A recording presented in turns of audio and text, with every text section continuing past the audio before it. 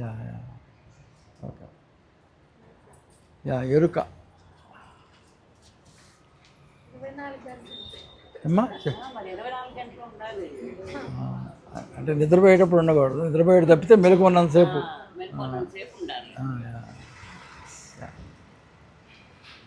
అది అది మంచి ఇదమ్మా. ఎరుక ఎరుక అంటే ఏంటి, ఎరుకతో ఎలా ఉండాలి?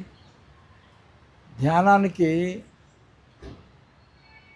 మొట్టమొదటిగా మన గురువుగారు అయినటువంటి బ్రహ్మర్షి పితామహ పత్రిజీ గారికి ఆత్మ ప్రణామం సమర్పించుకుందాం. తర్వాత నన్ను ఆహ్వానించినటువంటి కార్యనిర్వాహకులకు, తర్వాత మీరందరికీ, ఎందుకంటే మీరందరూ ఉంటేనే నేను ఇక్కడ చెప్పగలుగుతున్నాను కాబట్టి మీ అందరికి కూడా నా కృతజ్ఞతాభివందనం తెలుపుకుంటూ ఈరోజు మన క్లాస్ని మొదలుపెట్టుకుందాం. వినపడుతుందమ్మా చివరి వాళ్ళకి? వినపట్లేదా? ఓకే. నా గొంతు సామాన్యంగా పెద్దది, వచ్చిన కొద్దీ వస్తుంది పైకి. అదే కూర్చోమ్మా. వచ్చేసానమ్మా.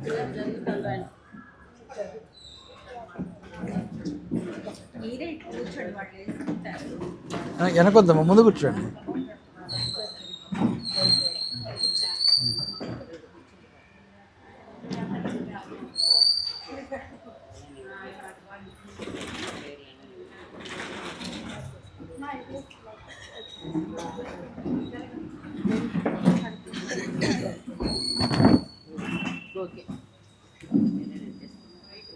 ఉందా? Hello hello.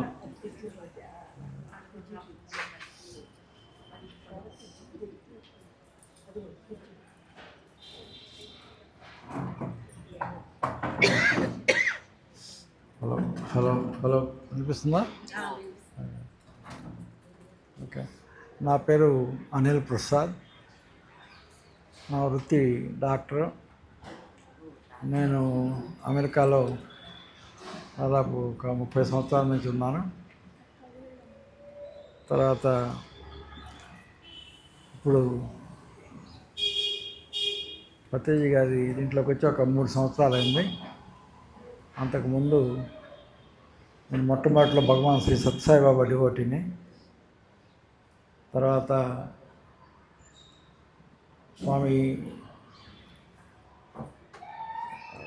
స్వామీజీ దగ్గర, బోధానంద సరస్వతి అనే స్వామీజీ దగ్గర ఒక 5 ఏళ్ళు శిష్యుడిగా చేరి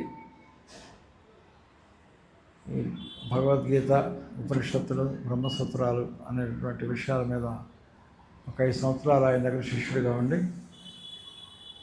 తర్వాత ఆచార్య అనేటటువంటి నామకరణం స్వీకరించి, వానప్రస్థాన్ని స్వీకరించి ఇండియాలో సేవ చేయాలనేటువంటి ఆలోచనతో ఇండియా రావటం జరిగింది.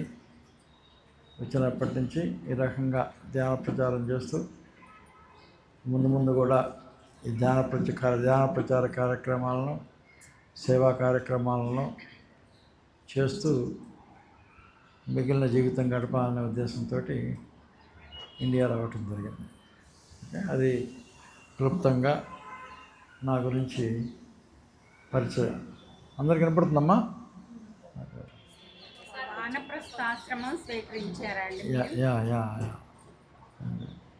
ఇక్కడి నుంచి అప్పటి నుంచి ఇక దీంట్లో ఇదన్నా. ఓకే. ఇప్పుడు ఎరుక అవేర్నెస్ అనేది ధ్యానంలో చాలా చాలా చాలా చాలా ముఖ్యమైనది. ఎందుకంటే ఎరుక లేకపోతే ఏమవుతుంది ధ్యానంలో? Very good. వారికి ఒకసారి చెప్పండి పెట్టండమ్మా. ఎరుక లేకపోతే నిద్ర వస్తుంది. దానికి వెరీ ఇంపార్టెంట్. అందుకని ఎప్పుడు కూడా ధ్యానం చేసేటువంటి వాళ్ళని ఎరుకతో ఉండండి, ఎరుకతో ఉండండి, ఎరుకతో ఉండండి అని చెప్తూ ఉంటారు. ఎందుకంటే ఎరుక లేదు అంటే నువ్వు నిద్రపోతున్నట్టు అర్థం. ఎరుక లేని స్థితి ఇంకొకటి ఉంది, నిద్ర కాకుండా. డీప్ స్టేట్లో కూడా ఓకే, అదొక ఎగ్జాంపుల్. ఇంకొకటి సైడ్ ఉంది, ఎరుక లేని స్థితి. ఇంకోటి ఎరుక ఉంటుంది కదా, దేహం నేను అనుకుంటే మరణంలో ఎరుకుంటుందా? ఓకే, కాబట్టి మరణం అనేది ఎరుకలేని స్థితి, దీర్ఘ నిద్ర అనేది కూడా ఎరుకలేని స్థితి. ధ్యానంలో నేనున్నానని నిద్రపోతూ ఉన్నా కూడా అది ఎరుకలేని స్థితి. అయితే ధ్యానానికి, నిద్రకి, మరణానికి ఉన్నటువంటి తేడా ఏంటి? ధ్యానానికి, నిద్రకి, మరణానికి తేడా మధ్యలో ఉన్నటువంటి భేదం ఏంటి? ఎరుక అనేటటువంటి పదాన్ని ఉపయోగిస్తూ చెప్పాలి. ఎరుక అనేటటువంటి పదాన్ని ఉపయోగిస్తూ ధ్యానానికి, నిద్రకు, మరణానికి తేడా ఏంటి? ధ్యానంలో ఎరుకుంటుంది. ధ్యానంలో ఎరుకుంటుంది, దీర్ఘ నిద్రలో ఎరుకుండదు. దీర్ఘ నిద్రలో ఎరుకుండదు అంటే నిద్రలో కళ్ళు మూసుకుంటాం, అంతే కదా, నిద్రలో కళ్ళు మూసుకుంటాం. దీర్ఘ నిద్రలో ఎరుకుండదు. కాబట్టి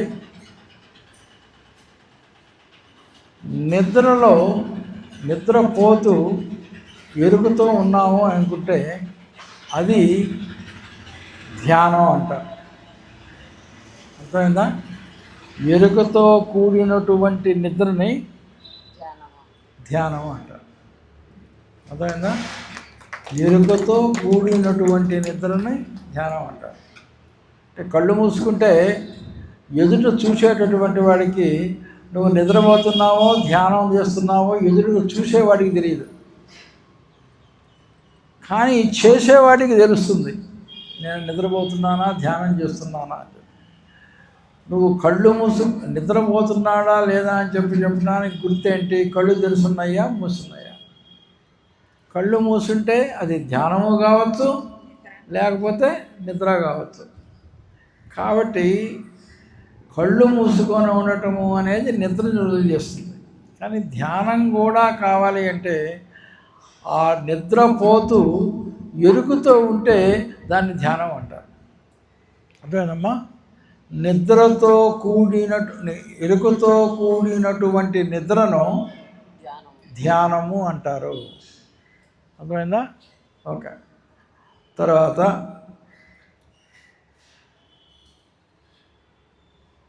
నిద్రకి నిర్వచనం ఏంటి అటప్పుడు? ఎరుక లేని నిద్రను, లేకపోతే ఎరుక లేని ధ్యానాన్ని నిద్ర అంటారు. అంతే కదా? ఎరుక లేని ధ్యానాన్ని నిద్ర అంటారు. అంటే నువ్వు ధ్యానం చేస్తూ నువ్వు ఎరుకలో లేవనుకో, నువ్వు ధ్యానం చేస్తున్నట్టు కాదు, ఏం చేస్తున్నట్టు? నిద్రపోతున్నట్టు. కాబట్టి ఎరుక లేని ధ్యానాన్ని నిద్ర అంటారు. ఎరుకతో కూడినటువంటి నిద్రని ధ్యానం అంటారు. అంతవరకు బాగుంది. ఇప్పుడు ధ్యానానికి, నిద్రకి, మరణానికి ఉన్నటువంటి తేడా ఏంటి? నిద్రకి, మరణానికి ఎవరైనా చెప్పగలరా? చనిపోతే ఎట్లుంటాం? చనిపోతే మనం ఎలా ఫీల్ అవుతాం, ఎలా అనుభూతి పొందుతాం? ఎవరైనా చెప్పగలరా? అనుభూతి లేదు. చనిపోతే కానీ తెలియదు. కరెక్ట్. అంటే అనుభూతి పొందాలి అంటే మనందరం చనిపోవాలి, కానీ చనిపోవడం ఎవరికి ఇష్టం లేదు. చనిపోతే ఎట్లా ఉంటుందో అనేది తెలియదు. అది ఎలా ఉంటుంది అంటే ఏమీ లేదు. చనిపోతే ఎలా ఉంటుంది ఈజీగా చెప్పచ్చు, మనందరం చెప్పచ్చు. చనిపోతే ఎలా ఉంటుంది చాలా సులభం. చనిపోతే ఎలా ఉంటుందో ఒకసారి కనుక ఊహించుకొని అది కనుక చెప్తే ఉంటే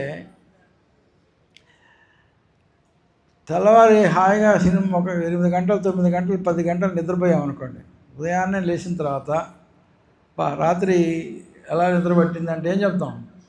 బ్రహ్మాండంగా పట్టింది, ఎంత హాయిగా ప్రశాంతంగా ఉంది అని చెప్పి అంటాం. అరే నిన్ను నిద్రపోయావు కదా, నీకేం తెలుసు అంటే ఆ అనుభూతి అలా ఉంటుంది. అంటే స్వల్పకాలిక మరణాన్ని నిద్ర అంటారు. స్వల్పకాలిక మరణాన్ని నిద్ర అంటారు. స్వల్పకాలిక మరణాన్ని నిద్ర అంటారు. దీర్ఘకాలిక నిద్రను మరణం అంటారు. ఏమ్మా?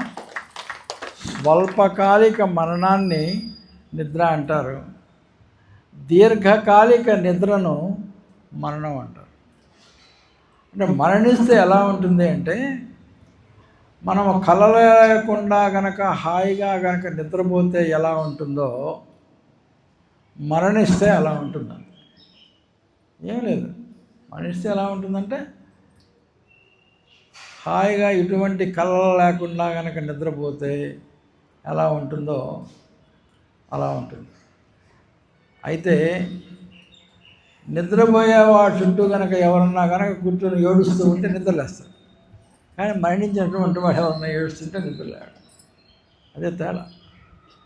కాబట్టి దీర్ఘకాలిక నిద్రను మరణం అంటారు, స్వల్పకాలిక మరణాన్ని నిద్ర అంటారు.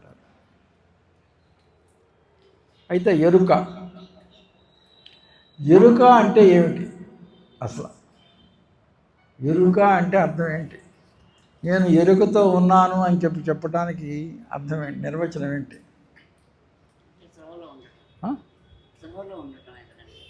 అంటే ఒక అర్థానికి ఇంకొక అర్థం చెప్తున్నారు మీరు. నిద్ర ఎరుకుతూ ఉండడం అంటే స్పృహతో ఉండడం అంటే ఏమిటి? మళ్ళీ ఎరుకుతూ ఉంటాం, అంతేగా? అంతే కాకుండా కొంచెం ఆలోచించి చెప్తే, ఇక్కడ ఒక ప్రశ్న ఇస్తున్నాను. మీరందరూ ఉన్నారా? ఇక్కడ ఎవరైనా లేకుండా ఉన్నటువంటి వాళ్ళు ఎవరన్నా ఉన్నారా?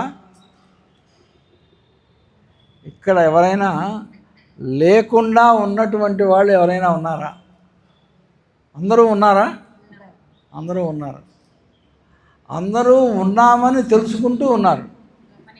అంతేగాని మీరు అందరూ ఉన్నారని మీకు తెలుసు, మీరున్నారని మీకు తెలుసు కదా, మీరున్నారు కదా, ఉన్నారని మీకు తెలుసు కదా.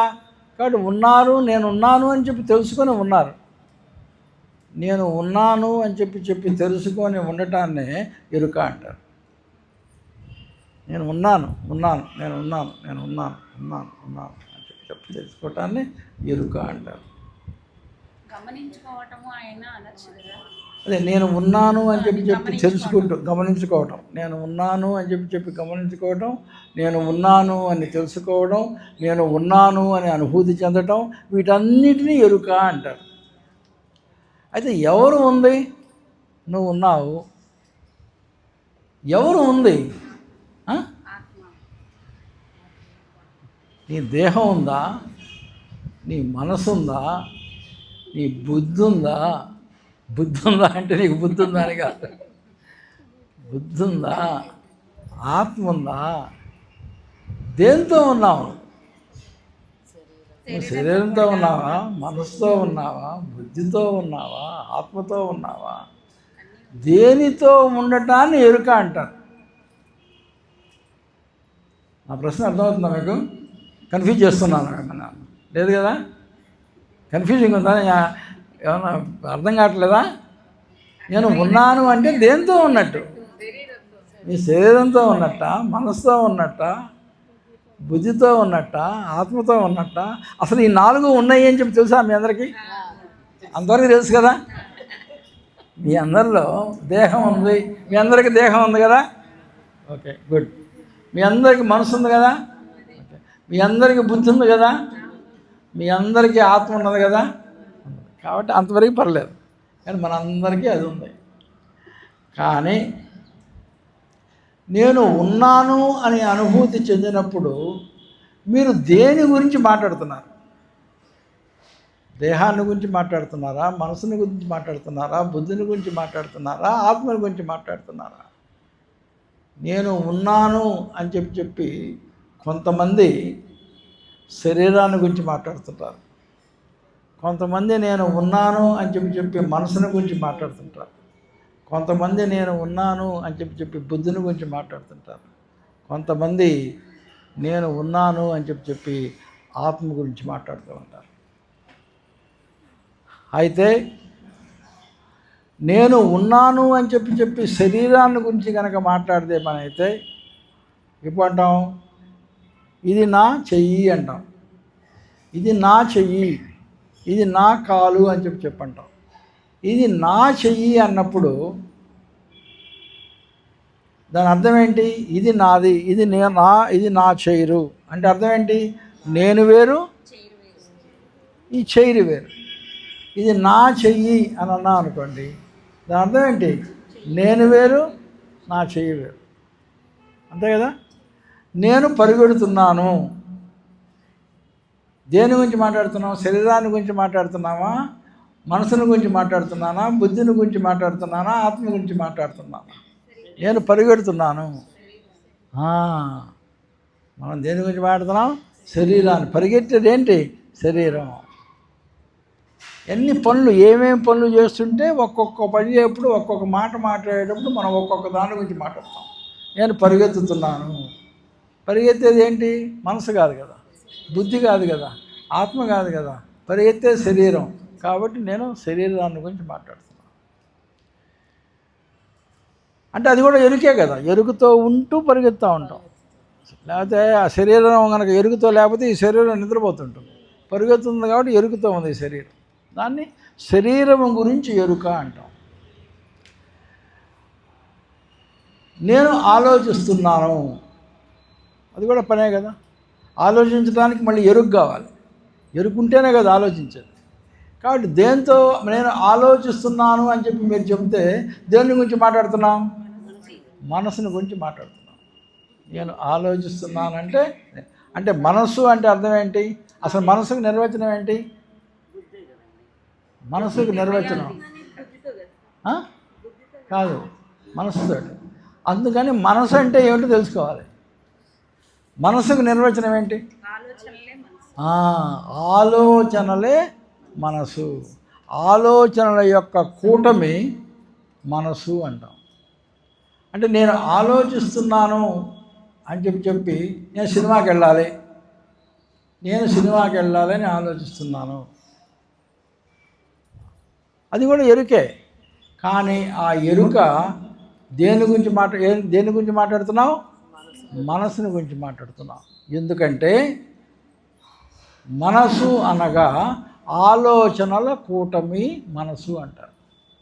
అందుకనే కూడా ధ్యానం చేసేటప్పుడు మన లక్ష్యం ఏంటి? ఆలోచన రాహిత్య స్థితికి వెళ్ళాలి. అంటే ఆలోచనలు లేని స్థితికి వెళ్ళాలి. ఆలోచన లేని స్థితికి వెళ్ళటం అంటే మనోనాశనం, మనోలయం చేయటాన్ని ధ్యానం అంటాం. అందుకనే నేను ఆలోచిస్తున్నాను అని అంటే అది మనసుకి సంబంధించింది. ఇప్పుడు మీరు అన్నమాట చెప్తా. నేను ఈరోజు సినిమాకి వెళ్ళకుండా ఈరోజు ధ్యానం క్లాసుకి వెళ్ళాలనుకుంటున్నాను. ఎందుకంటే సినిమాకి వెళ్ళటం కంటే ధ్యానం క్లాసుకి వెళితే నాకు మంచి జరుగుతుంది. ఇది కూడా ఎరుకే, ఇది కూడా ఆలోచనే. కానీ ఈ ఆలోచన ఎవరి పరిధిలో జరుగుతుంది? బుద్ధి పరిధిలో జరుగుతుంది. మంచి చెడు, అది మంచా ఇది చెడ, అది మంచా ఇది చెడ. అంటే ఆలోచన రాగానే కొంతమంది ఏం చేస్తారంటే బుద్ధిని అడగరు. బుద్ధిని అడగకుండా ఆలోచన రాగానే ఆలోచనలు చేసేస్తారు. కానీ కొంతమంది ఏం చేస్తారు? ఆ ఆలోచనల్ని బుద్ధికి దగ్గరికి పంపిస్తారు. నువ్వు డిసైడ్ చేయి, ఏం చేయమంటావు నన్ను. అప్పుడు బుద్ధి నన్ను అడుగుతున్నావా? ఓకే, అయితే నేను సమాధానం చెప్తాను, నేను సలహా చెప్తాను. ఏమిటి? నువ్వు ఈరోజు సినిమాకు వద్దు, ధ్యానం క్లాస్కి వెళ్ళు. బుద్ధి చెప్తుంది. బుద్ధి చెబితే అప్పుడు మీరు ధ్యానం క్లాస్కి వస్తారు. అది కూడా ఎరుకే. కానీ అలా గనక బుద్ధికి చెప్పినప్పుడు నీ ఎరుక దేనికి సంకేతం? బుద్ధిని గురించి ఆలోచిస్తాం. అలా కాకుండా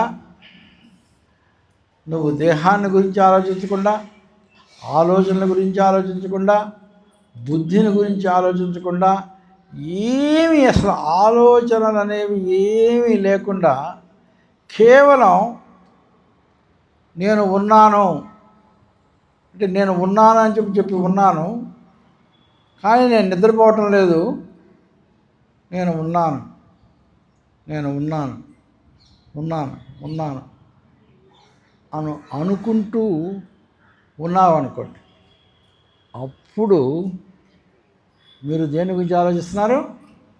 ఆత్మస్థితిలో ఉన్నారు, ఆత్మానుభూతి స్థితిలో ఉన్నారు. వీటిని గురించి ఏం నడవటం? నేను కూర్చొని ఉన్నాను అని అంటే మళ్ళీ దేహం అర్థం కదా. నేను చక్కగా ధ్యానం చేస్తున్నాను, నాకు ఆలోచనలు ఏం రావటం లేదు, మనసు. నేను ధ్యానం వచ్చినా నేను పట్టించుకోకూడదు, నేను కూర్చుంటున్నాను, నేను ఆలోచిస్తున్నావు, బుద్ధి. అవి ఏమీ లేదు. కళ్ళు మూసుకొని నేను ఉన్నాను అనే ఆలోచన లేకుండా ఉండటం ఉంటే అది ఆత్మస్థితి. ఆ ఆత్మస్థితిని అనుభవిస్తాం. మీరు ఎప్పుడైనా సరే ఆత్మస్థితిని అనుభవించినప్పుడు మీరు పొందేటటువంటి అనుభూతికి ఒక పేరుంది. ఆ పేరు ఎవరైనా చెప్తారా? మీరు ధ్యానంలో అంటే ఆ యొక్క అనుభూతి స్థితిలో ఉన్నప్పుడు, నేను ఉన్నాను అనే అనుభూతి స్థితికి చేరినప్పుడు ఆలోచన రాహిత్య స్థితి చేరతారు. ఆలోచన రాహిత్య స్థితికి చేరినప్పుడు మీకు ఒక రకమైనటువంటి అనుభూతిని పొందుతారు. ఆ అనుభూతికి ఒక పేరుంది, ఆత్మానుభూతి. అదే ఆత్మకు ఒక అనుభూతిని ఆత్మానుభూతి. ఆ ఆత్మానుభూతికి ఒక పేరుంది. ఎవరైనా చెప్పగలరా? మీరు ధ్యానంలో ఉన్నప్పుడు నేను ఉన్నాను అని చెప్పి ఎరుకతో ఉన్నప్పుడు ఆ ఎరుక మీకు ఒక చక్కటి అనుభూతిని కలిగిస్తుంది. ఆ అనుభూతి పేరేంటి? వెరీ గుడ్, సంతోషం. కానీ సంతోషం దగ్గరికి వచ్చారు, మీరు వచ్చేసారు, ఇంకేమీ లేదు, ఒక్క నిమిషంలో ఉన్నారు. వెరీ గుడ్, సంతోషం. కానీ సంతోషం కాదు, సంతోషం కంటే కొంచెం గొప్పది. ఎవరమ్మా ఆనందం అని చెప్పింది? ఎవరు? మీరా చెప్పింది? ఆనందం. ఆమెకు ఒకసారి చప్పట్లు కొట్టండమ్మా. Very good. సంతోషం అంటే దగ్గరే రావటం. సంతోషం కంటే మించింది ఆనందం. అప్పుడు ఆనందం అంటే ఏంటో తెలుసా?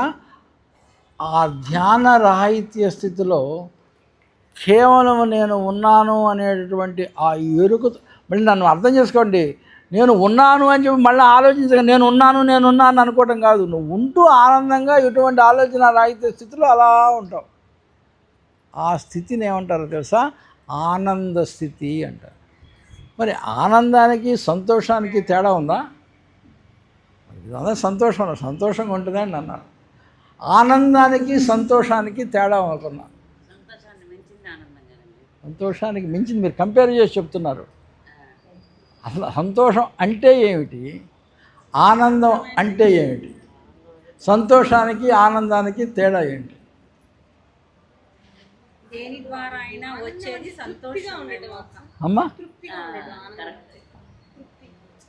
సంతోషంకి ఆనందానికి తేడా ఏంటి? అంటే చిన్న కోరికలు నెరవేరినప్పుడు సంతోషపడతాం కదండి, సంతోషం అంటాం. ఆత్మానుభూతి పొందినప్పుడు ఒక ధ్యానంలో ఒక స్థితికి వెళ్తాం, బ్రహ్మానందంగా ఉంటది. ఎందుకు వచ్చిందో తెలీదు, కానీ ఆ రోజంతా ఆ స్థితి కొనసాగుద్ది. అంటే ఒకటమ్మా, కరెక్ట్ మీరు చెప్పింది. ఒక అల చూసుకుందామమ్మా, ఇలా ఉంటుంది ఒక అల. ఈ అలలో సెంటర్లో ఒక లైన్ ఉంటుంది. ఈ అల పైకి వెళ్తుంది, ఆ సెంటర్లో లైన్ ఉంటుంది, ఆ సెంట్రల్ లైన్ దాటి కిందకు వస్తుంది, మళ్ళీ సెంట్రల్ లైన్ దాటి పైకి వెళ్తుంది, మళ్ళీ సెంట్రల్ లైన్ దాటి కిందకు వస్తుంది. మనకేదన్నా ఒక కోరిక నెరవేరినప్పుడు ఏమవుతుంది? పైకి వెళ్ళిపోతుంది. దాన్ని ఏమంటారు? సంతోషం అంటారు. మళ్ళీ ఆ వచ్చినటువంటి వస్తువు ఇప్పుడు దొంగ ఎత్తుకొని పోయాడు అనుకోండి, ఏమవుతుంది? మళ్ళీ ఎక్కడికి వస్తుంది? కిందకు వస్తుంది. కాబట్టి ఇక్కడికి ఏమొస్తుంది? సంతోషం వస్తుంది, దుఃఖం వస్తుంది, మళ్ళీ సంతోషం వస్తుంది, మళ్ళీ దుఃఖం వస్తుంది, మళ్ళీ సంతోషం వస్తుంది, దుఃఖం వస్తుంది. అయితే ఆనందం అంటే ఏమిటి? ఆనందం అంటే ఏం లేదు. ఆనందం అంటే సంతోషంగా లేకుండా ఉండాలి, దుఃఖం లేకుండా ఉండాలి. సంతోషానికి దుఃఖానికి మధ్యలో ఆనందం అనేటువంటి స్థితి ఉంటుంది. అంటే అర్థం ఏంటి లేదు. ఎగ్జాంపుల్ చెప్పాలి అంటే, ఎర్లీ మార్నింగ్ సముద్రంకి వెళ్ళండి.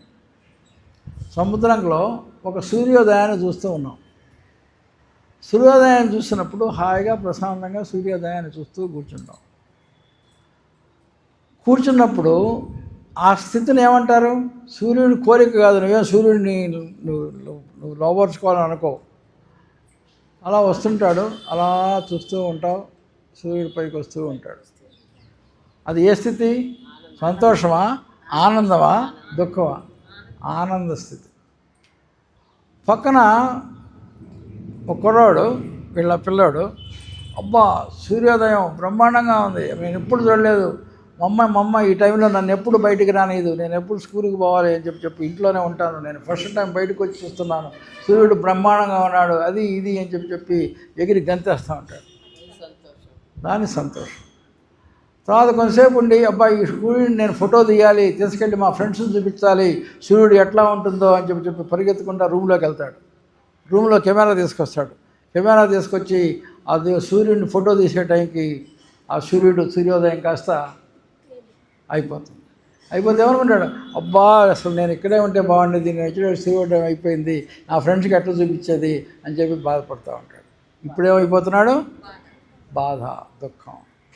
కాబట్టి ఆ కుర్రోడు మొట్టమొదటిలో పొందింది ఆనందం, తర్వాత పుట్టింది దుఃఖం. కానీ ఈ రెండో వాడు ఉన్నాడు చూడండి, ఇందాక ఆనందంగా ఉన్నాడు, ఇప్పుడు ఆనందంగా ఉన్నాడు, మధ్యలో ఆనందంగా ఉన్నాడు, ఎప్పుడూ ఆనందంగానే ఉంటాడు. అర్థమైందా? ఇప్పుడు సంతోషానికి, దుఃఖానికి, ఆనందానికి ఉన్నటువంటి తేడా.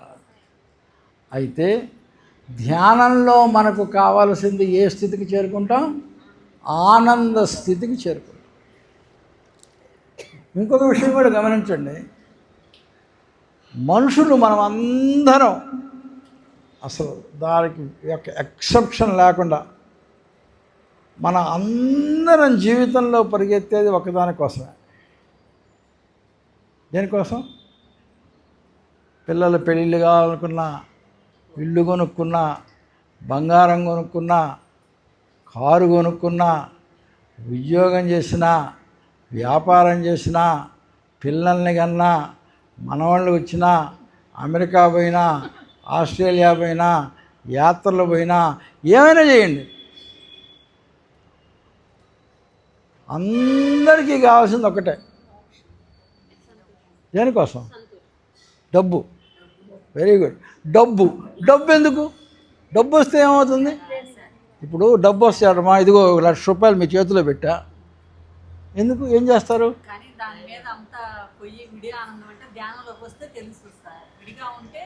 నేను అడిగిన ప్రశ్నకు సమాధానం చెప్తున్నా. నేను మీకు ₹1,00,000 మీకు డబ్బు అన్నారు, మీకు ₹1,00,000 మీ చేతిలో పెట్టాను, మీకు వచ్చేసింది, మీ చేతుల్లో ₹1,00,000 ఉన్నాయి. ఈ డబ్బు ఆనందాన్ని ఇచ్చిందా? ఇచ్చిందా? మరి ఏం చేయాలి ఆ డబ్బుని? ఎప్పుడు ఇస్తుంది? ఏం చేయాలి? ఏం చేస్తారు ఆ డబ్బుని? అట్లా కాదు, మీరు పెద్ద పెద్ద మాట్లాడొద్దు, మామూలుగా మాట్లాడుకుందాం. మనకు ధ్యానం క్లాస్లో ఉన్నాం కాబట్టి మేము సేవ చేస్తాము, అది చేస్తాం కాదు, మామూలుగా మాట్లాడుకుందాం. మీకు డబ్బు ఇస్తుంది, చేతిలో డబ్బులు ఉన్నాయి, అది ఆ విషయం చెప్పండి.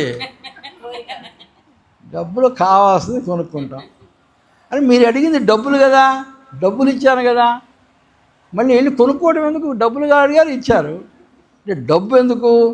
అనుకుంది కొనుక్కోవడం. కొనుక్కునేది ఎందుకు? సంతోషంగా ఉండటానికి. మరి సంతోషంగా ఉండటం అంటే, సంతోషం అంటే ఇందాక ఏం చెప్పాను? కొంచెంసేపు ఉండిపోతుంది. అంటే డబ్బులు వస్తే కొంచెంసేపు ఉండే సంతోషం కొనుక్కోవటానికా? మీకు ఆ సంతోషం కొంచెంసేపు ఉండిపోతే చాలా అది కుదరదు. కొంచెంసేపు కొంచెంసేపు ఉండిపోతే కుదరదు. కరెక్టే కదా, కొంచెంసేపు ఉండిపోతే కుదరదు. కాబట్టి సంతోషం శాశ్వతంగా ఉండాలి.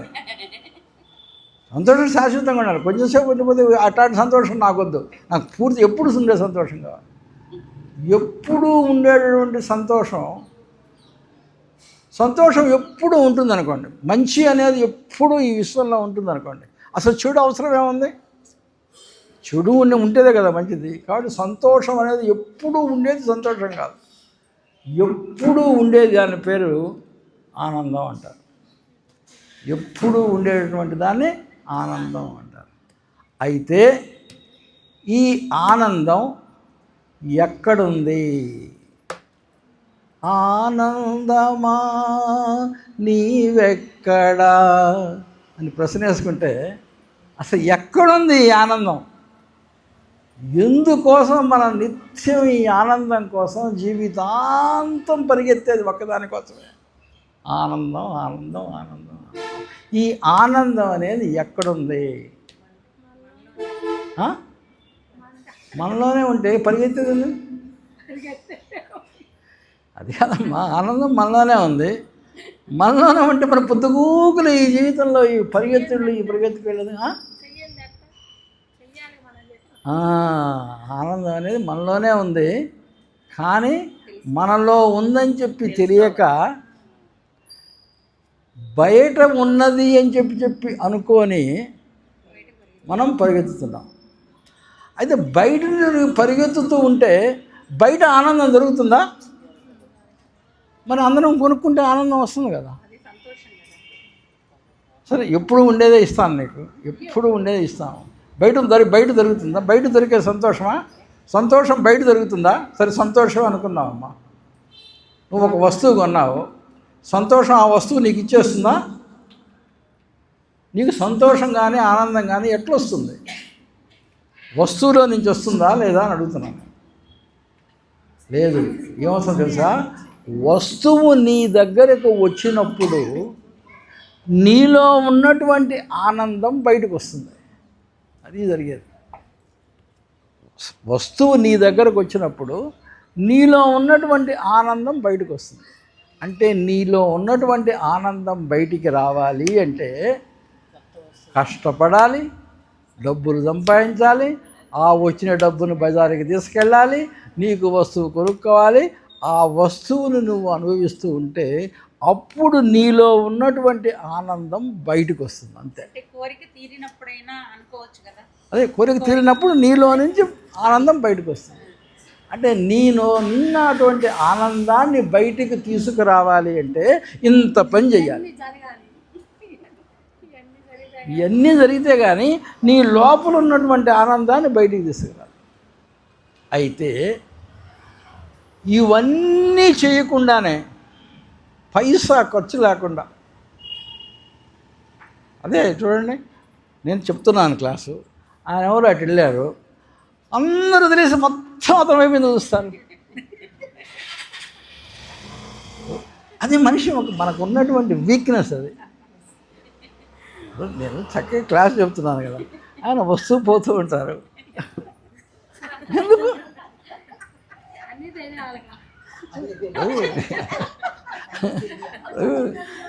అది ధ్యానం అంటే ఇవన్నీ ఏంటంటే మనం గమనించాలి, మనం ఏం చేస్తున్నాము ఏమిటి అన్నీ. నేను ఎందుకు తమాషగా సరదాగా చెప్తున్నాను నేను ఇవన్నీ. అంటే కూర్చున్న చోటే ఎటువంటి కష్టం లేకుండా, ఎటువంటి శ్రమ లేకుండా కూర్చున్న చోటే నువ్వు ఆనందాన్ని పొందగలిగినటువంటి పద్ధతి ఒకటి ఉంది. దాని పేరే ధ్యానం. కూర్చున్న చోటే కూర్చొని నువ్వు గనక కూర్చుంటే ఆ ఆనందాన్ని పొందేటటువంటి శక్తి, నీలో ఉన్నటువంటి ఆనందాన్ని బయటకు తీసుకురాగలిగినటువంటి శక్తి ధ్యానంలోనే ఉన్నది. అందుకని ధ్యానం గనక చేస్తే ఆనందం అనేది తనలో నుంచి తనే బయటికి వస్తుంది. అయితే ఈ బయటికి తీసుకొచ్చేది ఎలా? అయితే ఒక పని చేయొచ్చు. అసలు భగవంతుడు మనందరినీ కూడా సృష్టించాడు కదా. భగవంతుడు సృష్టించినప్పుడు మనందరం పరిగెత్తేటటువంటి ఈ ఆనందాన్ని కూడా మనకి ఇచ్చేసేస్తే గొడవ ఉండేది కాదు కదా. ఎందుకు ఈ ఆనందం కోసం మన చేత ఇన్ని పరుగులు చేపిస్తున్నాడు అంటే ఎందుకో తెలుసా? ఎందుకు అంటే ఇది భగవంతుడి దృష్టిలో మనం చిన్న పిల్లవాళ్ళ లాంటి వాళ్ళం. అంటే భగవంతుడు ఒక చిన్న పిల్లలను చేసి బొమ్మలు చేసి మనల్ని ఆడిస్తున్నాడు. ఏంటి ఈ ఆట? మనం ఏం చేస్తాం? ఒక చిన్న బిడ్డని పార్కు తీసుకెళ్తాం. పొద్దుగూకులు మనం తల్లి ఒళ్ళో కూర్చోకుండా ఏం చేస్తుంది తల్లి? పార్కులో బిడ్డని వదిలేసి కొంచెం దూరం వెళ్తాడు. అది తిరుగుతాడు. మళ్ళీ అమ్మ కనుక కనిపించకుండా చెట్టు దాంకుంది అనుకోండి, ఒకసారి మమ్మ ఏమైపోయింది అని చెప్పి అవన్నీ వదిలేసి మళ్ళీ పరిగెత్తాడు. మనం కూడా ఆ రకంగా దేవుడి దగ్గర నుంచి బయటకు వచ్చి మనం అందుకనే దేవుడు ఏం చేశాడు తెలుసా? మనిషిని పుట్టించి ఒక కారులో కారు ఇచ్చాడు. కారు సీట్లో కూర్చోబెట్టి ఏం చేశాడు తెలుసా? కారుకి పెట్రోల్ కావాలిగా నడిస్తే పెట్రోల్ ట్యాంకులో పెట్రోల్ పోసాడు. పెట్రోల్ పోసి ఆ పెట్రోల్ ట్యాంక్కి తాళం ఉంటుంది కదా, ఆ తాళం మాత్రం తను తీసేసుకున్నాడు.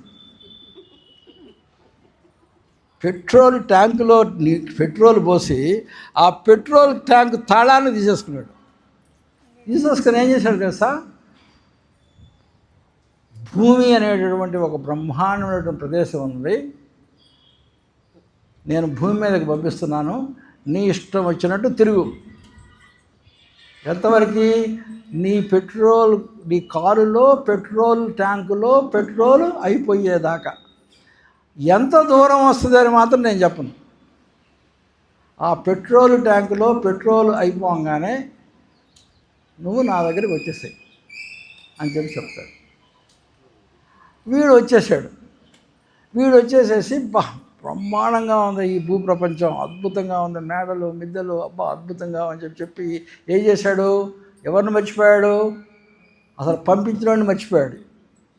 ఇదే బాగుంది ఇక్కడే అని చెప్పి తిరుగుతా ఉన్నాడు. అసలు పంపించడాన్ని మర్చిపోయాడు, తండ్రిని మర్చిపోయాడు. బ్రహ్మాండమైన కారు తిరుగుతూ ఉంది. కొంచెం దూరం వెళ్ళేటప్పటికి ఏమొచ్చింది? కార్లకి కొద్దిగా రిపేర్లు రావటం స్టార్ట్ అయిపోయిన తర్వాత ఇంకా వెళ్తున్నాడు, తిరిగిపోయేటికి ఏమవుతుంది? పెట్రోల్ ఇంకా 50 కిలోమీటర్లు ఉందనంగా ఏమొచ్చుద్ది? ఎవరన్నా కారు నడిపేవాళ్ళు ఉన్నారు అక్కడ? లైట్ వచ్చుద్ది. ఇంకొక 50 కిలోమీటర్లు పోతే ఇంకా 50 కిలోమీటర్లు 100 కిలోమీటర్ల కంటే కారు రాదు అని చెప్పి కారు దగ్గర లైట్ వచ్చింది, తొందరగా పెట్రోల్ కొట్టించుకోవాలి. ఎప్పుడైతే కారు దగ్గర లైట్ రాగానే అప్పుడు ఏం గుర్తొస్తుంది? వీడికి పెట్రోల్ గుర్తొస్తుంది. పెట్రోల్ గుర్తు రాగానే ఏమవుతాడు? వాళ్ళ నాన్న దగ్గరికి వెళ్ళాలి. పెట్రోల్ అయిపోగానే వాళ్ళ నాన్న అసలు పేరు మర్చిపోయాడు, ఊరు మర్చిపోయాడు ఈ గొడవల్లో పడి. ఇటు చూస్తేనేమో 50 కిలోమీటర్లో పెట్రోల్ అయిపోతుంది. మళ్ళీ ఎట్ట వెళ్ళాలో అర్థం కాదు. ఆ కారే మన శరీరం, మనలో ఉన్నటువంటిదే ఆత్మ, మనలో ఉన్నటువంటి పోషణ పెట్రోలు మన ఆయుష్. కానీ చివరికి వచ్చినప్పటికీ మనం అసలు ఆ తండ్రినే మర్చిపోతున్నాం. అప్పుడు ఒక గురువుగారు దొరుకుతారు, పత్రిజీ గారు లాంటి ఒక గురువుగారు దొరుకుతారు. సార్, మా నాన్న పంపించాడు, కారు రిపేర్కి వస్తూ ఉంది, కారు పెట్రోల్లో లైట్ వచ్చేసింది, అయిపోతుంది, మా నాన్న దగ్గరికి వెళ్ళాలి, ఎక్కడికి వెళ్ళాలో ఎట్లా వెళ్ళాలో మా నాన్న ఎక్కడుంటాడో ఏంటో తెలియదు, ఏం చేయమంటారు సార్ అని చెప్పి పత్రిజీ గారి గురువు దగ్గరికి వెళ్తే, మీ నాన్న అడ్రస్ తెలుసుకొని మీ నాన్న దగ్గరికి చేరాలి అంటే ఒకటే మార్గం ఉంది. ఏమిటా మార్గం అంటే ధ్యానం చేయండి అని చెప్పి ఏమా. అందుకని నీవెవరో తెలుసుకోవాలి అంటే, నువ్వు ఎక్కడి నుంచి వచ్చావో అక్కడికి నువ్వు చేరాలి అంటే ధ్యానం అనేది చాలా చక్కటి ఉపాయం, మార్గం. పైసా ఖర్చు లేనిది, ఎటువంటి శ్రమతో కూడుకునేది, చాలా ఓకే. ఇప్పుడు అడుగుతున్నా, ధ్యానం అనేది చాలా సులభమైనదా కాదా? ధ్యానం అనేది చాలా ధ్యానం అంటే ఉన్నమాట నిజం చెప్పండి అమ్మా, నా దగ్గర మీరు అబద్ధాలు ఆడద్దు. ధ్యానం చాలా సులభమైనది అనేటువంటి వాళ్ళు చేతులు ఎత్తండి. ఓకే, ఇప్పుడు కూర్చోండి. ఇప్పుడు ఇంకొక ప్రశ్న ఎత్తాం. ఇతరులు మళ్ళీ ఎత్తకూడదు ఈ ప్రశ్నకి. అయిపోయింది, మీ ఛాన్స్ అయిపోయింది. ధ్యానం చాలా కష్టమైనది అనుకునే వాళ్ళు చేతులు ఎత్తండి. 1 2 3 4 ఈ 4 కరెక్ట్. 5 ఈ 5 కరెక్ట్. మిగతా వాళ్ళందరూ తప్పు. ఎందుకో తెలుసా? ధ్యానం చాలా కష్టమైనది అని చెప్పింది ఎవరో తెలుసా? భగవద్గీతలో శ్రీకృష్ణుడు చెప్పాడు ధ్యానం చాలా చాలా చాలా కష్టమైనది. భగవద్గీతలో అర్జునుడు అడుగుతాడు శ్రీకృష్ణుడిని, కృష్ణ, ఆలోచనలు అదుపు చేయటం అనేది చాలా చేసేసి ధ్యానం చేయి అని చెప్తావు, ధ్యానం చేయటం ఎంత కష్టమో తెలుసా కృష్ణ అని చెప్పి ఒక ఎగ్జాంపుల్ కూడా చెప్తాడు. ఏమని తెలుసా? ప్రచండంగా వీచేటటువంటి గాలిని అదుపు చేయటం ఎంత కష్టమో,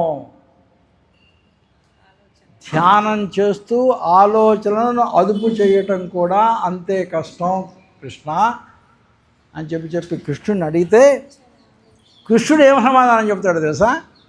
ఏం చెప్పుంటాడు చెప్పండి. లేదు చాలా సులభం అని చెప్పాడా అని చెప్పుంటాడు కదా? లేదు అర్జున, చాలా సులభం అని చెప్పుంటాడు. అటు చెప్పలా కృష్ణుడు. అదిగో చూడండి, మొత్తం టక్కనది. మన అందరం ధ్యానంలో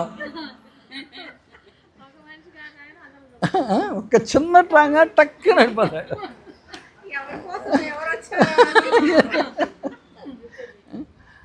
అంటే కృష్ణుడు ఏమన్నాడు తెలుసా? ఆ మాట అనగానే అర్జునుడు నో అర్జున, ధ్యానం చేసే సులభం అలా ఏమన్నాడు తెలుసా? అర్జున, నువ్వు చెప్పేది చాలా కరెక్ట్. ధ్యానం చేయడం చాలా కష్టం. అంటే ధ్యానం అంటే ఏంటి? ధ్యానం అంటే కూర్చోవడం సులభమే. ధ్యానం అంటే కూర్చోవడం కాదు. ధ్యానం అంటే కూర్చొని ఆలోచనలు రాకుండా నేను ఉన్నాను అని ఎరుగుతూ ఉండటం నిజమైన ధ్యానం. కళ్ళు మూసుకొని కూర్చుంటే ధ్యానం కాదు. అలా ఉన్నప్పుడు అది ధ్యానం అవుతుంది. కృష్ణుడు ఏమంటాడంటే, ఎస్ అర్జున, నువ్వు చెప్పింది చాలా కరెక్ట్, కానీ కష్టమే, కానీ అసాధ్యం మాత్రం కాదు అంటాడు. కష్టమే కానీ అసాధ్యం కాదు. మరి బాగా తెలిసిన వాళ్ళకి అన్ని తెలుస్తాయి, బాగా తెలియని వాళ్ళకి వాళ్ళకి ఎట్లా?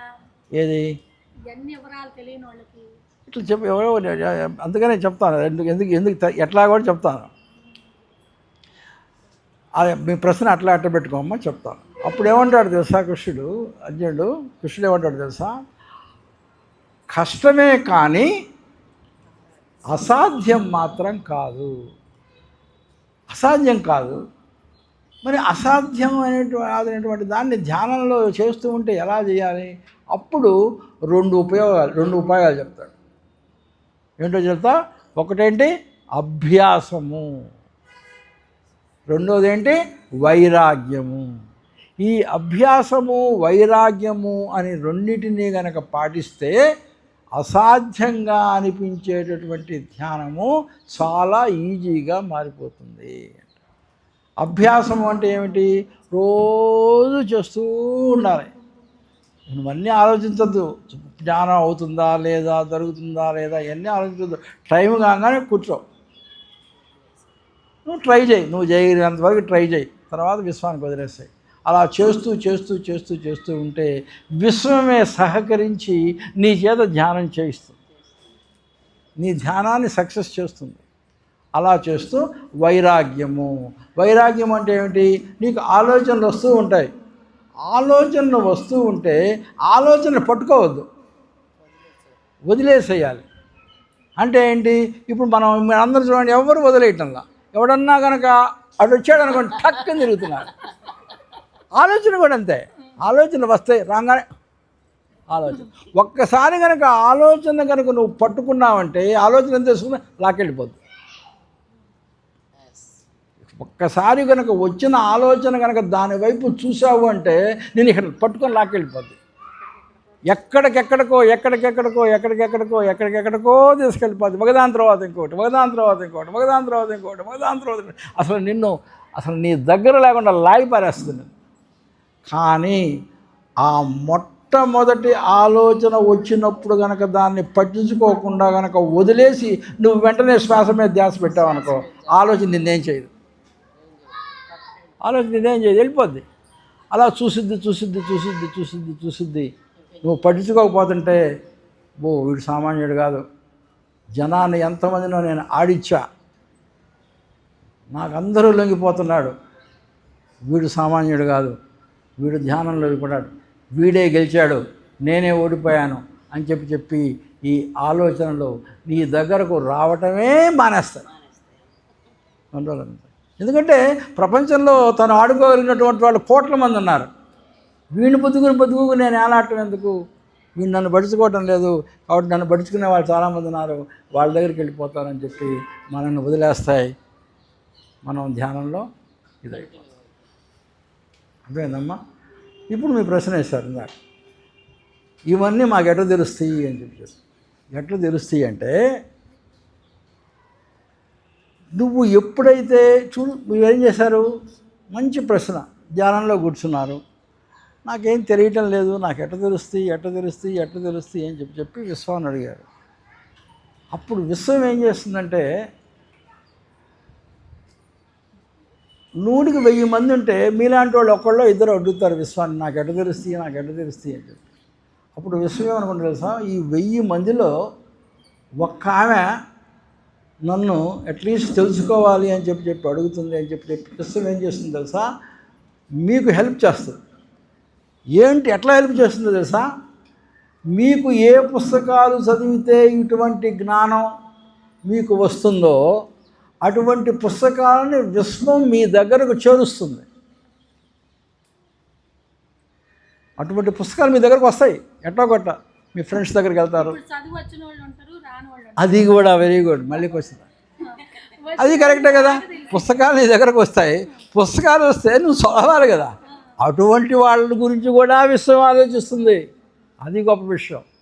నువ్వు ఎవరైతే నాకు చదువుకోవడానికి రాదు కదా సార్, నేను చదవలేను కదా అందుకని చెప్పి వాళ్ళకేం చేస్తావు కదా, అయ్యో నా బిడ్డ అడుగుతుంది, పాపం తెలుసుకోవాలనుంది, పుస్తకాలు పంపించడం సరే చదువు రాదు, కాబట్టి ఏం చేయాలని చెప్తే, నువ్వు ఎవరి దగ్గర వింటే నీకు అటువంటి జ్ఞానం వస్తుందో అటువంటి వాళ్ళను నీ దగ్గరకు విశ్వం చేరుస్తుంది.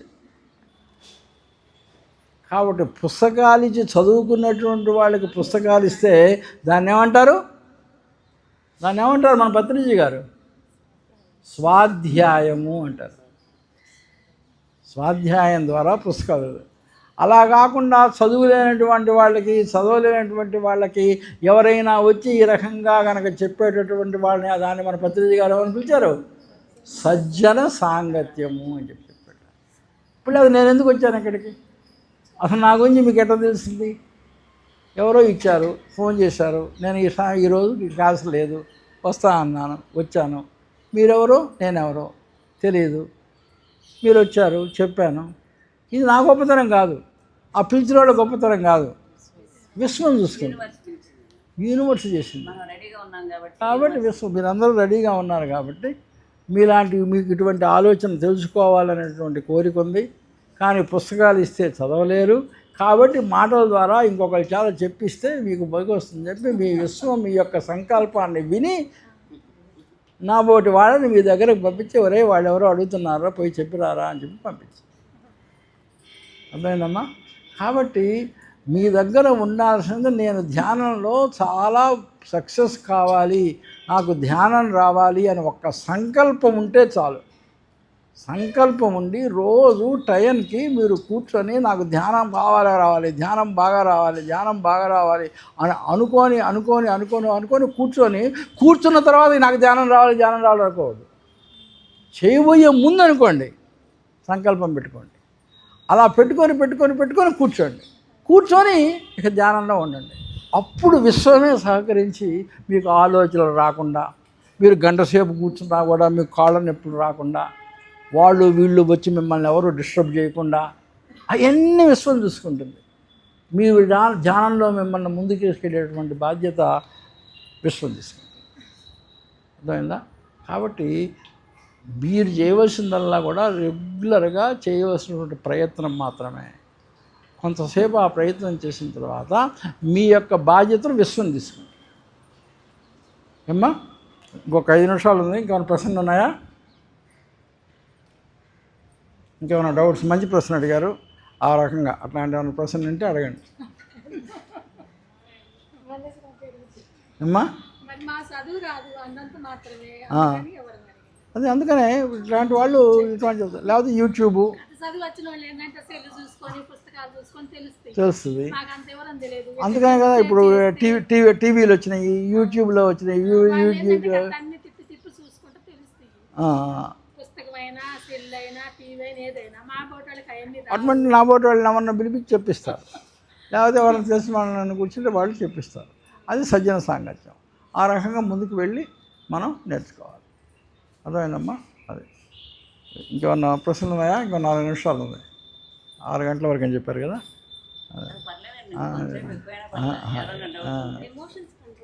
ఏమ్మా, యా, ఎమోషన్స్ కంట్రోల్ చేసుకోవటం చాలా మంచి ప్రశ్న అమ్మా. ఎమోషన్స్ని ఎలా కంట్రోల్ చేసుకోవాలి? కోపం వచ్చింది, కోపాన్ని ఎలా కంట్రోల్ చేసుకోవాలి? ఒక్కటమ్మా, ఎమోషన్స్ ఎప్పుడైతే వస్తున్నాయో ఒక్కసారి ఏమవుతాడంటే మనిషి 2 రకాలుగా ప్రవర్తించవచ్చు. ఎమోషన్ వచ్చినప్పుడు వచ్చినటువంటి ఎమోషన్ని వెంటనే ప్రదర్శించేయటం అనేటటువంటి ఒక పద్ధతి. ఎమోషన్ రాగానే కోపం వచ్చింది, కోపం రాగానే కానీ కోపం అరిచేస్తాడు. బాధ వస్తుంది. బాధ రాగానే వెంటనే బాధపడిపోతాడు. ఏడ్ చేస్తాడు. కానీ దాన్ని కంట్రోల్ చేసుకునేటటువంటి పద్ధతి, అది కంట్రోల్ చేసుకునే పద్ధతి ఏంటంటే కూర్చొని, ఓ నాకు ఇప్పుడు కోపం వస్తుంది అని చెప్పి తెలుసుకోవాలి. నాకు ఇప్పుడు చాలా బాధ వస్తుంది అని చెప్పి అనుకోవాలి. కోపడంగానే వెంటనే కోపడకూడదు. కోపం వస్తుంది, ఓ నాకు ఇప్పుడు కోపం వస్తుంది. నువ్వు ఏదైతే నీ యొక్క ఎమోషన్ ఉన్నదో ఆ ఎమోషన్ని నువ్వు గుర్తించి తెలుసుకోవాలి. అర్థం కాదా? నేను చెప్పిన అర్థమైందమ్మా? అర్థం కాదా? అదే చెప్తుంది. ఫస్ట్ స్టెప్ గుర్తించాలి. అది అది అది అదే ధ్యానులకేనో మిగతా వాళ్ళకి తేడా అదే ముందు అది గుర్తించాలి. నాకు కోపం వస్తుంది అని గుర్తించాలి. కొంచెం గ్యాప్ తీసుకొని నాకు వస్తుంది అనేది గుర్తించాలి. అంటే ఏంటి? నీవు గుర్తించకుండా ప్రవర్తించేది ఎవరు? ఎవరైనా సరే ఒక ఎమోషన్ రాగానే ప్రదర్శించేది ఎవరు? అది ఎవరి లక్షణం? ఏదైనా సరే ఒక ఎమోషన్ రాగానే ప్రదర్శించేది, ఆలోచించకుండా ప్రదర్శించేది ఎవరి లక్షణం? పశు లక్షణం, పశువుల లక్షణం. పశువులు అంతే కదా, వాళ్ళకేం ఆలోచించవు, వాళ్ళకేం రాగానే చేసేస్తాయి. కానీ మనుషులకు ఇంకొకటి ఉంది, బుద్ధి అనేది, మనసు అనేది ఒకటి ఉంది. అది ఉపయోగించకుండా పశువులాగా ప్రవర్తిస్తున్నాం మనం. అలా ఉండి నేను పశువుగా కాకూడదు, నేను మనిషిని అని చెప్పి చేయాలంటే ఈ ధ్యానం యొక్క ప్రాక్టీస్ కావాలి. అందుకని ధ్యానంలో ఎక్కువగా ఉండేటువంటి వాళ్ళకి కోపం తక్కువ వస్తుంది. అందుకనే ధ్యానం చేయాలి. ఆ ధ్యానం చేస్తే ముందు నేను కోపం వస్తుంది అని చెప్పి ఇచ్చేయాలి. ఎప్పుడైతే అది తెలుసుకోగానే ఏమవుతుందో తెలుసా? ప్రతిపక్ష భావన అనేది ఒకటి ఉంటుంది. ప్రతిపక్ష భావన. కోపానికి వ్యతిరేకం ఏంటి? కోపానికి వ్యతిరేక పదం ఏంటి? ప్రేమ. కోపానికి ఎవరి మీద కోపపడతావు? నీ మీద నువ్వు కోపపడవు కదా. ఎదుటి వ్యక్తి కావాలి. కోపపడాలంటే అవతల ఒక మనిషి ఉండాలి. అవతల ఒక మనిషి ఉంటేనే కదా ఆ మనిషి మీద నువ్వు కోపపడేది. కాబట్టి ఎవరినైతే నువ్వు కోపపడుతున్నావో ఆ వ్యక్తి మీద కోపానికి బదులు ప్రేమ పెంచుకోవాలి. అదేంటి అతని మీద ప్రేమ పెట్టుకుంటున్నావు అంటే ఈరోజు అతను కోపంగా మాట్లాడుతున్నాడు, కానీ 4 రోజుల క్రితం అతను చాలా ప్రేమస్వరూపుగా ఉన్నాడు. కాబట్టి ఈరోజు కోపాన్ని మర్చిపోతాను, 4 రోజుల క్రితం అతను చేసినటువంటి మనిషిని గుర్తుపెట్టుకుంటాను. వీలైతే ఆ మనిషి మీద ప్రతిపక్ష భావన అంటే ఏంటి, ఆపోజిట్ ఫీలింగ్ని డెవలప్ చేసుకోవాలి. లేదు ఇతనితోటి నేను అసలు లేదు అని చెప్పి కుదరదు అనుకోండి, ఆ మనిషి మీద నీకు కుదరదు అనుకోండి, నేను అతను ప్రేమించలేను సార్, ఐ హేట్ హిమ్, నాకు కుదరదు సార్ అని చెప్పి అనుకున్నాం అనుకోండి, వెంటనే ఏం చేసుకోవాలి తెలుసా, ఆయన మీద కోపం ఎప్పుడైతే రాగానే ఎవరిని గుర్తుపెట్టుకోవాలో తెలుసా, నీ బిడ్డను గుర్తుపెట్టుకోవాలి. నీ పిల్లను, నీ బాబునో, నీ బిడ్డనో, నీ కొడుకునో, కూతురునో పెట్టుకుంటారు. నీ కూతురుని దేశించలేవుగా, అప్పుడు ఆ యొక్క కోపంగా మారిపోతుంది. అంటే ప్రతిపక్ష భావన అంటే కోపం వచ్చినప్పుడు దాన్ని వెంటనే ప్రేమగా మారాలి. మొట్టమొదటిని నువ్వు ఎవరి మీద అయితే కోపడుతున్నావో ఆ కోపడేటటువంటి వ్యక్తి మీద ప్రేమ ప్రదర్శించు. ఒకవేళ కనుక ఆ వ్యక్తి మీద ప్రేమ ప్రదర్శించలేకపోతే ఎవరో ఒకరి మీద, నీ బిడ్డ మీదో, నీ మీదో, ఇంకొకరి మీదో, అత్త మీద కోపం వచ్చింది అనుకోండి, భర్త మీద పెట్టుకో. అత్త మీద నేను చూపించలేను అనుకున్నాం అనుకోండి, అప్పుడు భర్త మీద పెట్టు. ఏంటి మా ఆయన ఇంకా రాజమనంగా పోయాడు, పాపం ఎక్కడున్నాడో ఏమో, ఎంత కష్టపడుతున్నాడో అని చెప్పి ఆలోచించాం అనుకోండి, ఇది పోతుంది, అది గుర్తొస్తుంది. అందుకని ఏమన్నారు, తన కోపమే తన శత్రువు అని చెప్తున్నారు. అందుకనే భగవద్గీతలో ఈ యొక్క దీని గురించి చాలా ఎక్కువగా చెప్తాడు. ఎందుకంటే ఎప్పుడైతే కోపం రాగానే, అసలు కోపానికి కారణం ఏంటో తెలుసా, అసలు కోపం ఎందుకు వస్తుందండి మనిషికి చెప్పండి? కాదు, చెప్పిన వాడు వినకపోతే కాదు, ప్రతి కోపానికి ఒక మూల కారణం ఉంటుంది. ఇది లేకపోతే కోపం రాదు ప్రతి వ్యక్తికి. కోపం ఎందుకు వస్తుందో తెలుసా, ప్రతి కోపము వెనుక ఒకటి ఉంటుంది. ఏంటో తెలుసా, కోరిక. కోరిక లేకుండా కోపం రాదు, ప్రసక్తే లేదు. ఒక్కటి చెప్పండి, ఎవరైనా చెప్తారా ఎగ్జాంపుల్? సార్ నాకేమీ కోరికలు లేవు సార్, కానీ కోపం వస్తుంది. ఇంపాసిబుల్. ఎందుకంటే ఎదుట వ్యక్తి ఇలా ఉండాలి అని చెప్పి నువ్వు కోరుకుంటున్నావు. ఎప్పుడైతే ఆ ఎదుట వ్యక్తి నువ్వు ఎలా ఉండాలో అని కోరుకుంటున్నావో ఆ వ్యక్తి అలా లేకపోతే కోపం వస్తుంది. ఒక వ్యక్తి ఎదుట వ్యక్తి ఇప్పుడు పలా వ్యక్తి ఎదుట ఒక వ్యక్తి ఇలా ఉండాలి అని కోరుకుంటావు, నువ్వు అనుకున్నట్టుగా కాకుండా దానికి వ్యతిరేకంగా ఆ అబ్బాయి అతను పనిచేస్తాడు.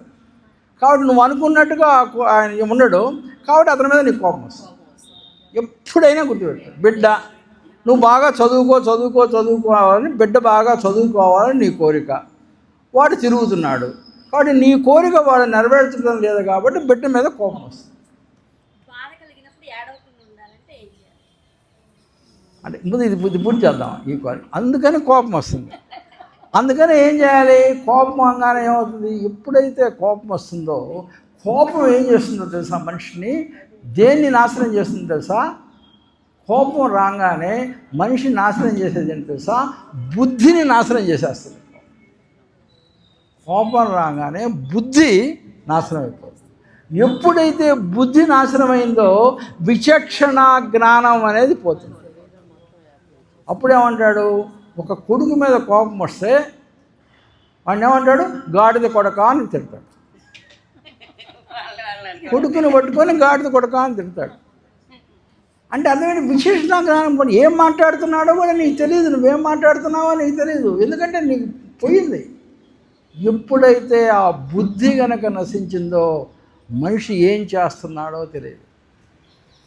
ఇప్పుడు 100కి 50 మంది జైళ్ళల్లో ఉండడానికి కారణం ఏంటంటే ఈ కోపం నేను కంట్రోల్ చేసుకోలేకుండా బుద్ధి నాశనం అవ్వటం వల్ల ఈ రకంగా చేసుకోవటం వల్ల.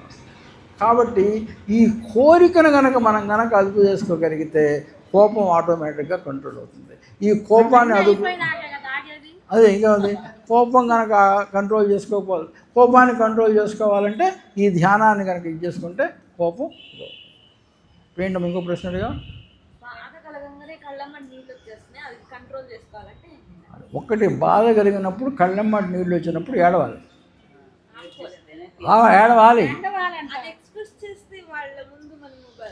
అది మళ్ళీ చూడండి, మనం అందుకనే మనం ఏంటి, ప్రపంచం కోసం మనం బతకూడదు. అంటే నువ్వేమన్నావు, కోపం నాకు బాధ వస్తే, నేను ఏడిస్తే, అవతల వాళ్ళు చూస్తే నన్ను ఏమనుకుంటారు. చూడు అంటే ఏంటి, నీ యొక్క జీవితాన్ని ఎవరు కంట్రోల్ చేస్తున్నారు? అవతల వాళ్ళు కంట్రోల్ చేస్తున్నారు. అంతే కదా.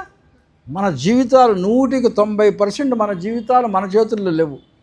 నీ పక్కింటి వాళ్ళ చేతుల్లో, నీ ఎదురింటి వాళ్ళ చేతుల్లోనో, వాళ్ళ చేతుల్లోనో, వీళ్ళ చేతుల్లోనే ఉన్నాయి. అంటే మీ జీవితాన్ని వాళ్ళ చేతుల్లో పెట్టేస్తున్నారు. అంటే మిమ్మల్ని వాళ్ళు కంట్రోల్ చేస్తున్నారు.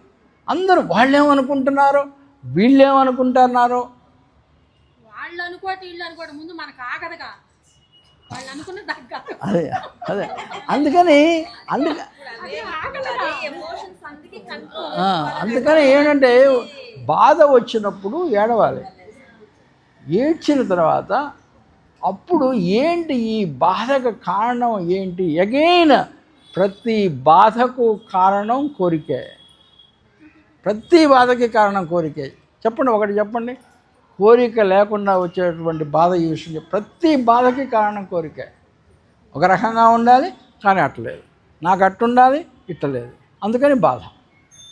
కాబట్టి ఎప్పుడైతే కోరికను కంట్రోల్ చేసుకున్నావో బాధ కంట్రోల్ అయింది, కోపం కంట్రోల్ అయింది, అన్నీ కంట్రోల్. ఆ కోరికను కంట్రోల్ కావాలంటే, కోరికలు అంటే ఏమిటి? కోరికలు రావడానికి ఏం కారణం? మనసు కారణం. కాబట్టి కోరికలకు కారణమైనటువంటి మనసు కనుక లేకపోతే అసలు కోరికలే ఉండవు. కాబట్టి మనసు లేకుండా చేయాలంటే ఏం చేయాలి? మనసుని నాశనం చేయాలి. మనసుని నాశనం చేయాలంటే ఏం చేయాలి? ధ్యానం చేయాలి. అన్నిటికీ ధ్యానం, సర్వరోగ నివారణి అని చెప్పి అన్నిటికీ కారణం ధ్యానం. ధ్యానం కనుక మూలాల్లో కనుక వెళితే మనిషికి ఉండేటువంటి బాధలన్నీ పోకటి వేళ్లతో పెగిరించిపోవటం అంటారు చూడండి. అందుకని ధ్యానం చేయాలి అని మన పత్రికగా చెప్పేది. అర్థమైందమ్మా? ఓకే, టైం అయింది. Thank you. ఓకే ఓకే అమ్మా. ఓకే యా ఇంకో నెల 2 నెలలు పడుతుంది.